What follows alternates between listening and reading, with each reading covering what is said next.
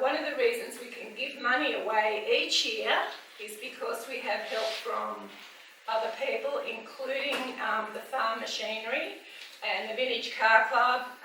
This year we're also going to have the Advanced Motor Club come in with their vintage cars, because we're doing a vintage theme this year, just to be a little bit different.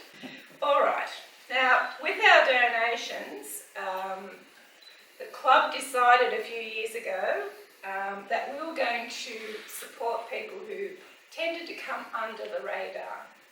There's a lot of fundraising for cancer and diabetes and all the other things that unfortunately tend to make us ill.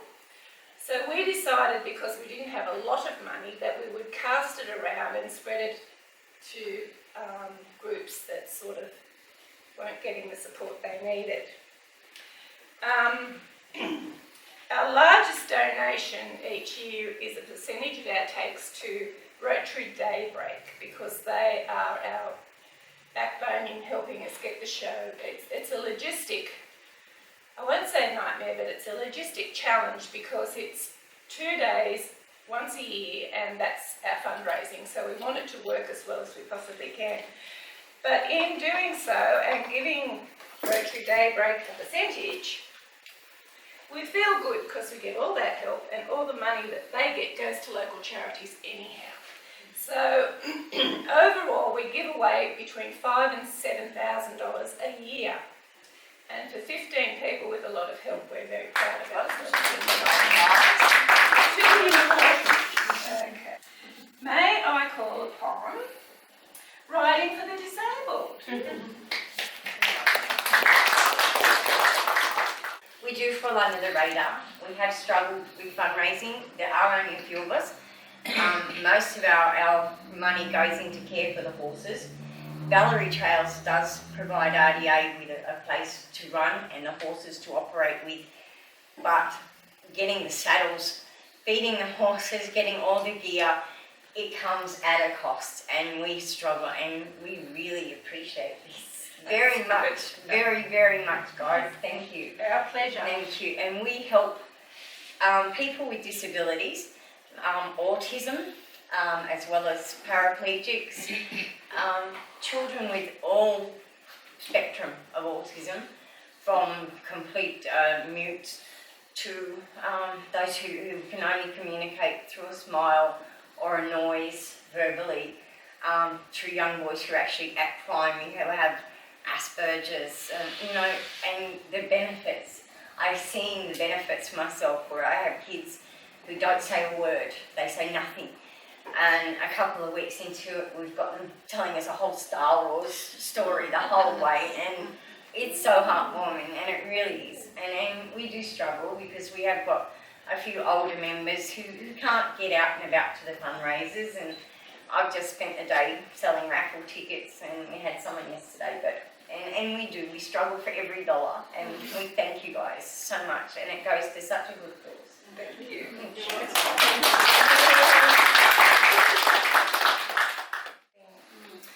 Well, the next one on the list is the Coffs Harbour's men's shed. If you would love to come up and have a little...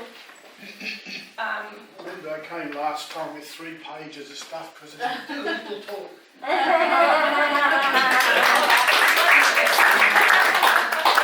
But we had a really exciting year. You guys helped us last year, or was it the year before? Last year. I remember coming, had a super afternoon tea, went home stuff for it. Yeah, we've had an exciting year with a whole lot of grants we got from state government, federal government, and a great deal of assistance from council. If you go down to the far end of Howard Street now, you'll see a whacking great shed that's twice as big as the shed we're in at the moment. And we appreciate the support that you guys have given us. And believe me, in the future, 1 to 2 years down the track, we believe we'll be in a position where we'll be able to do for others what you are doing for us. Just over the last 2 years, we, through our own efforts, have paid over $50,000 worth of rent and still put aside $100,000 towards our building. So we have a great potential to do exactly what you've done and spread the money around to people who was just under the radar. I would never have thought of writing for the disabled, but what a great thing. Thank you. Yeah, And it that's is. fantastic. So thank you very much, guys. Pleasure. Thank you. Glad to see it's going. Okay, our next one is the Coffs Harbour Women's Refuge. There you are. But I'm Charlotte and I'm from Marina. When I started working at Marina in the early 90s, I had 2-year-old twins, and at that time my husband stayed at home with the children. We were on a small banana plantation. Marina was at that, we just ran a refuge, a crisis refuge, 24 hours for women and children escaping domestic violence. Today, our budget and our programs, we manage 5 programs now because domestic violence is on the table, everybody's aware of it, and government have stepped up to the plate. But as I was saying, they pay for our wages and our offices and our computers and things like that. But when we come across new ideas, the ways of working with women and children who've been exposed to trauma, we find the money ourselves for those sorts of things. So this money will go towards that. Last year, the sleep out we had been doing for a couple of years, we were able to build a shed in the back of our refuge because we get furniture given to us, but we can't accept it because we've got nowhere to put it. So any of our donation money goes towards supporting the women and children in our community, and it is very, very wonderful that you're all able to come together and give us this, like 15 people. It is pretty amazing, and I did speak a couple of years, 18 months ago to you all, so thank you very much from your community.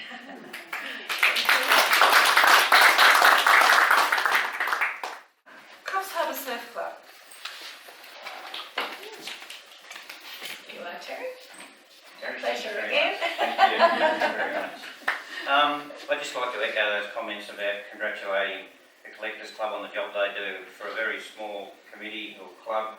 They do a fantastic job and have been, as I say, for 22 years. So yeah, congratulations again. I think the next project that we're going to undertake is, I don't know if you've been down to the surf club, there's some historical photos around the walls.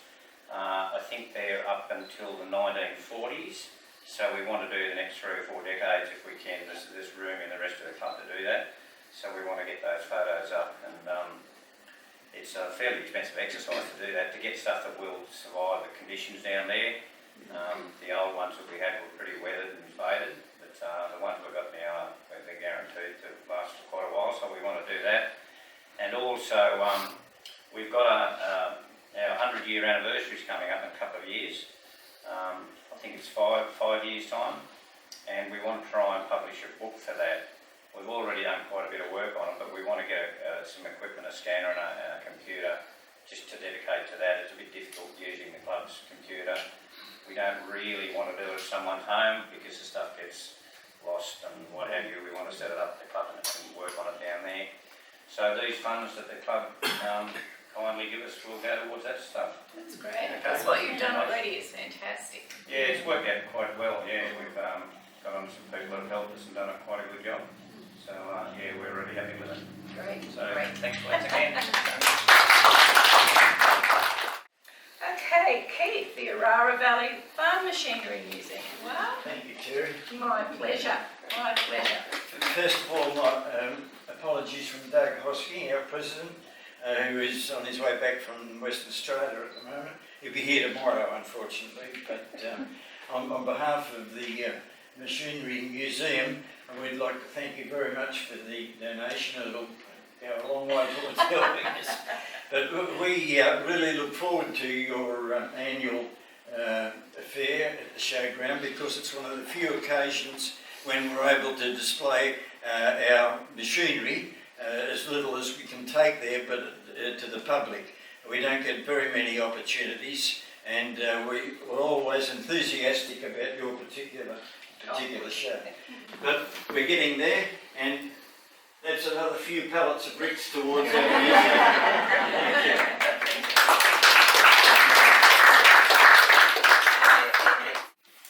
Also have Coffs City Choir. Alright, this is something to give people pleasure. Absolutely. This is something that's really special to us. This is our first beautiful donation. I just thank you on behalf of Coffs City Choir.